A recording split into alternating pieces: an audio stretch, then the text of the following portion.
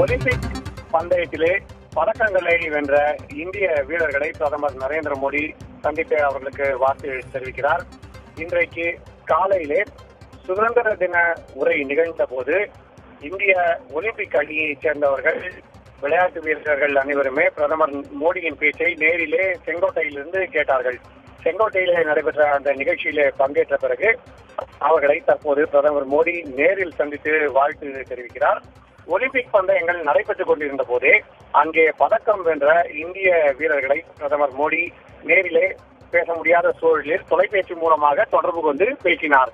அப்போதே நீரஜ் சோப்ரா உள்ளிட்டோருடன் பேசி அவர்களுக்கு வாழ்த்து தெரிவித்திருந்தார்.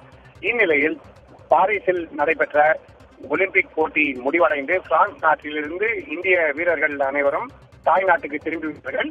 அவர்கள் இன்று நடந்த சுதந்திர தின விழாவிலே பங்கேற்ற பிறகு தற்போது பிரதமர் மோடியை சந்தித்து பேசுகிறார்கள்.